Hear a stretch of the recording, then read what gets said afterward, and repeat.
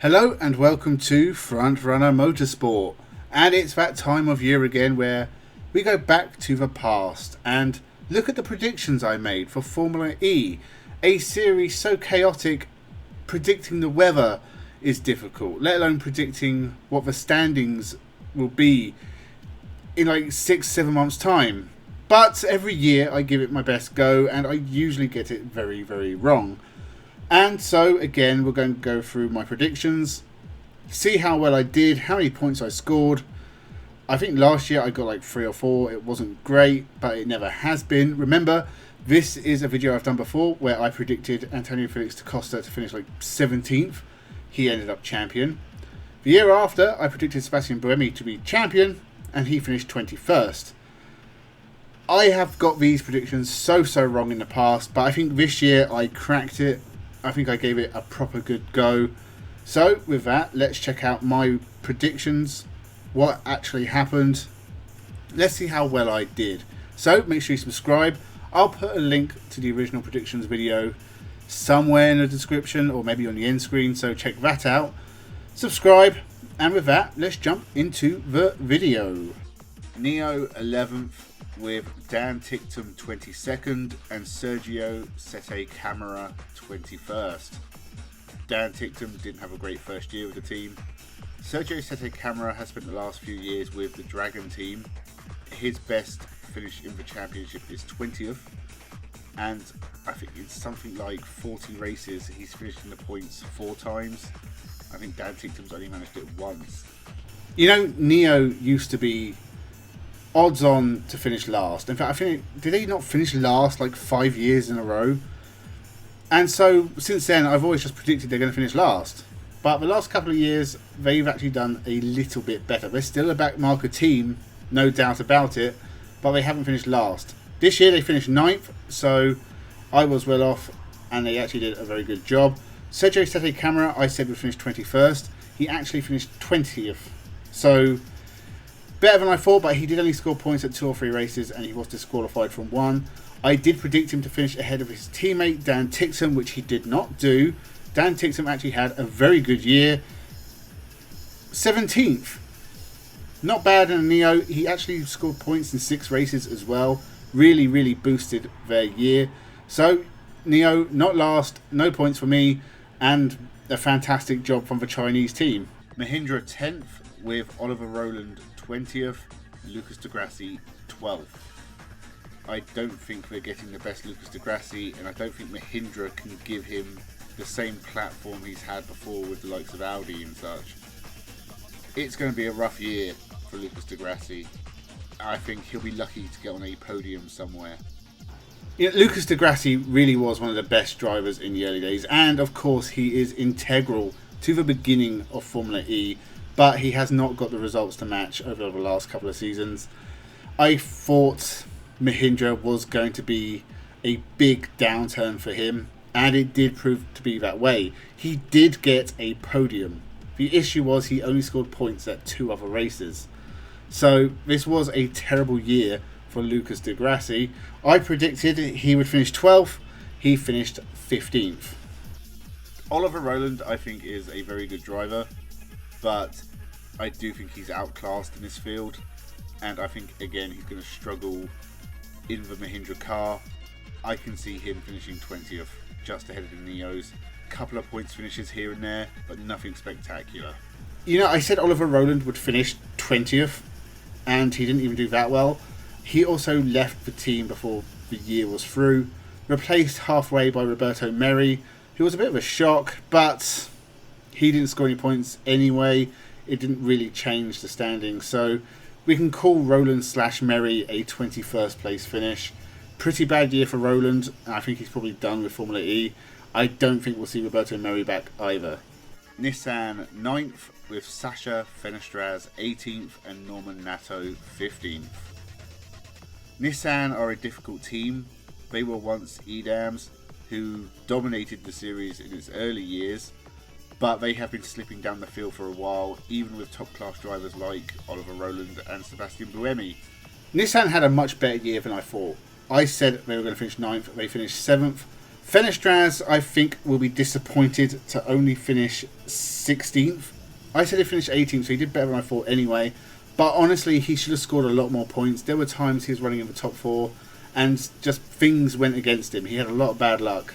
Not on him. He's a fantastic young driver. Keep your eyes on Sasha Fenestraz. I hope he returns in 2024. Norman Nato, I think, had a fantastic year, albeit a bit quiet. Maybe he was a bit of a background player, but he did outscore his teammate. I said he was going to finish 15th. He finished 10th. That is a good result for Nissan. They've had a rough couple of years, and honestly, I'm a bit shocked Norman Nato did so well. McLaren 8th, with Jake Hughes 19th and Rene Rast 13th. They bring the competent Rene Rast back to the series.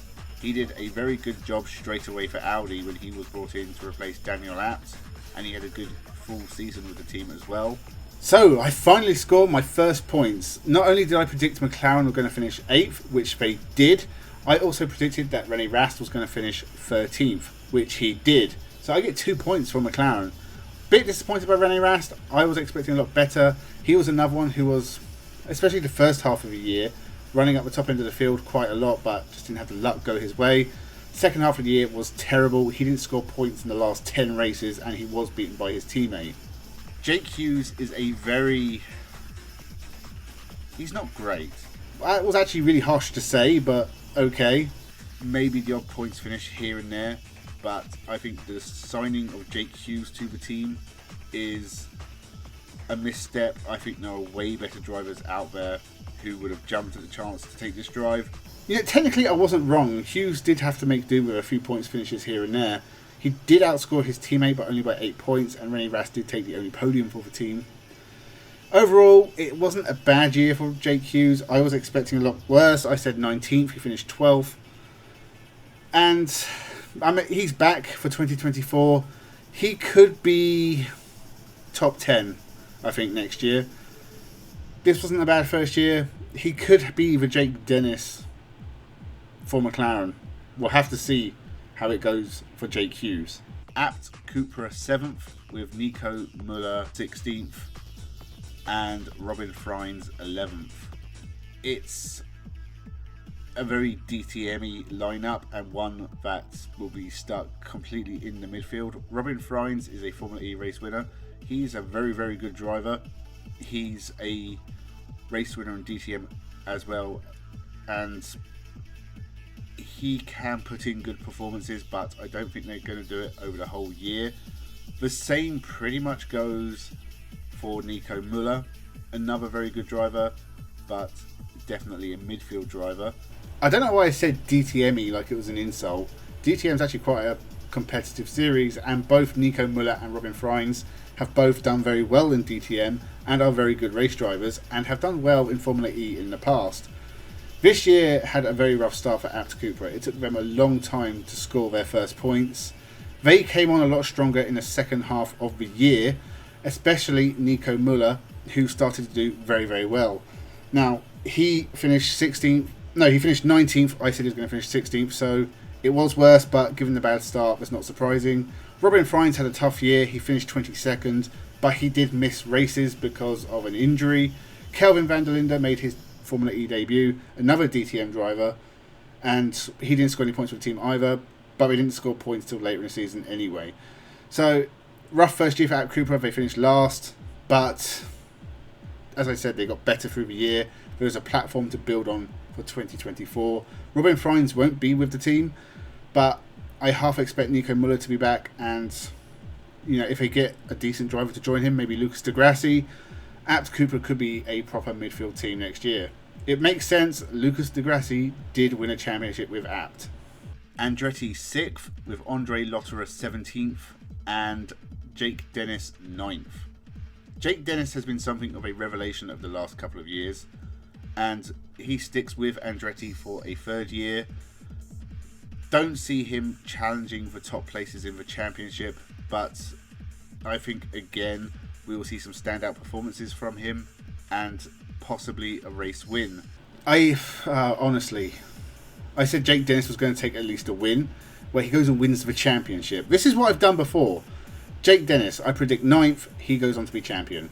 Why would I say ninth? He has been decent the last 2 years. Obviously, he's in with a chance of the championship. I think it's because I didn't expect Andretti to be as competitive.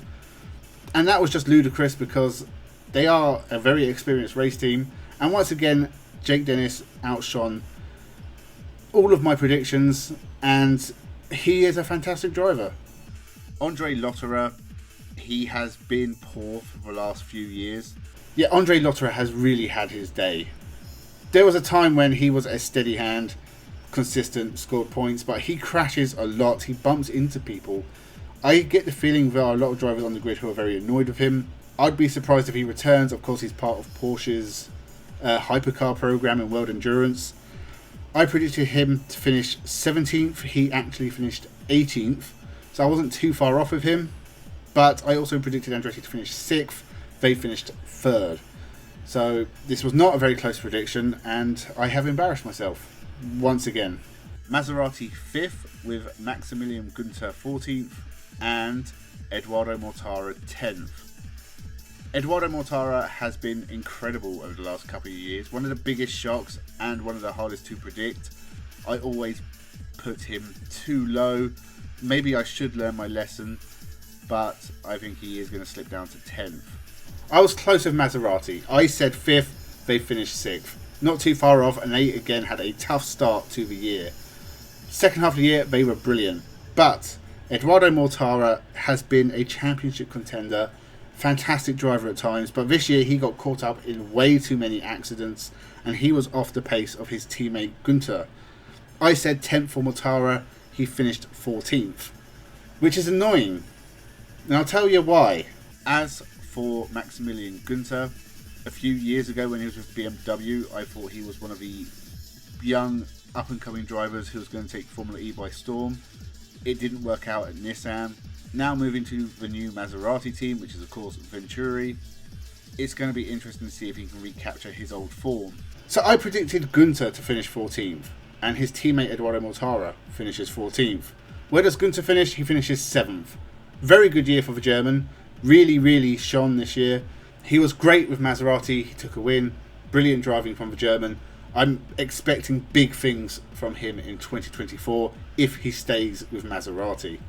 Envision 4th with Sebastian Buemi 8th and Nick Cassidy 5th.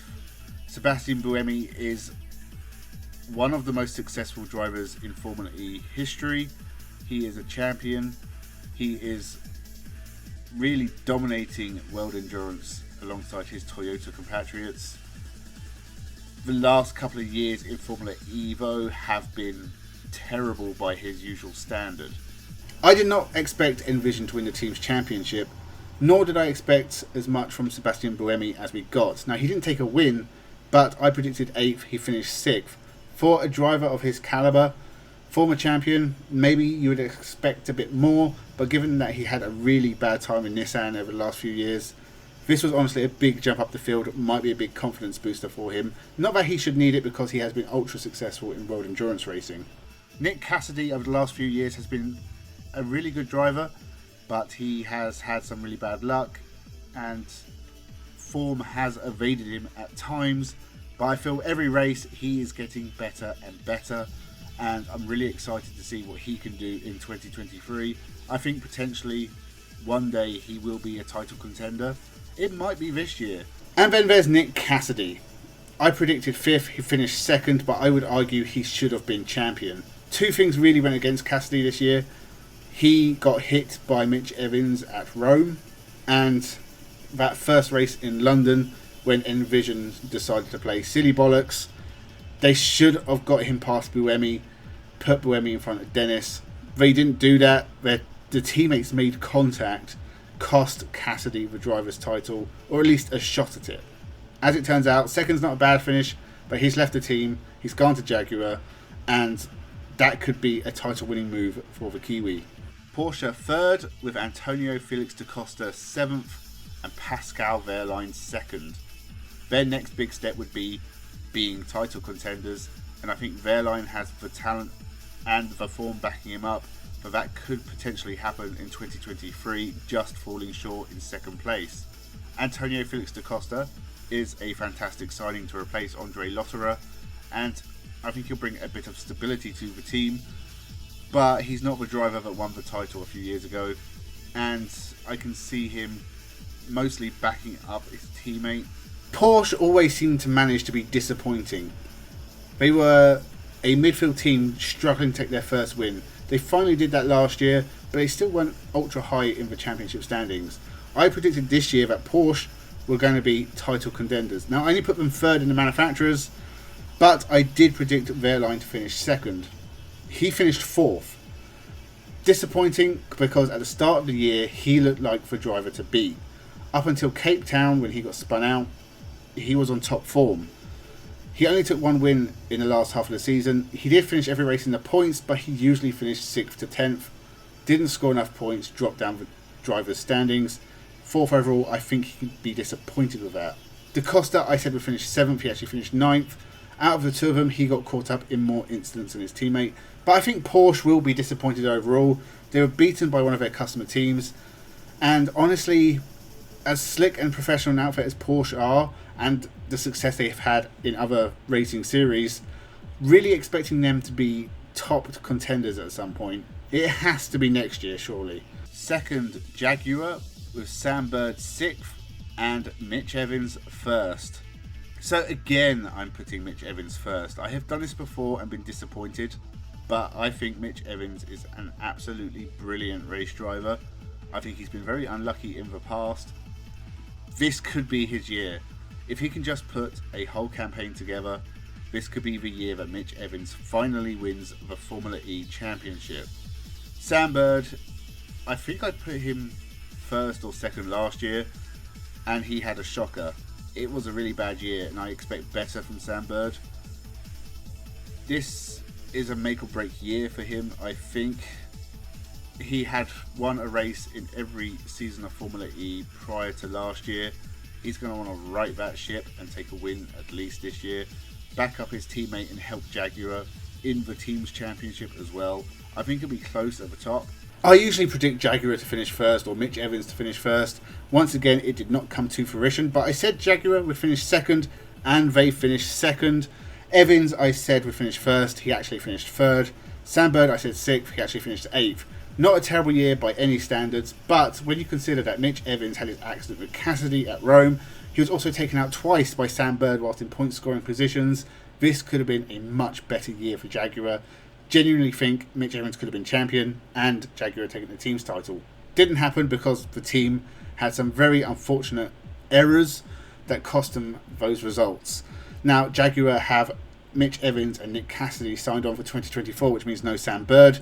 But that is a team to be feared because the Kiwis were on fire this year. They won the majority of races. So that team at Jaguar, how can you not put them first? Although I've done that most years already and it's never come true. So fingers crossed for 2024 for Jaguar. First, DS Penske with Stoffel Van Dorn 4th and Jean-Eric Verne 3rd. Honestly, it's hard to tell which of these drivers will do better than the other. I'm going for Verne 3rd and Van Dorn 4th. Honestly, they could be 1st and 2nd and in either order. And finally, DS Penske. I will admit I was very disappointed by this team.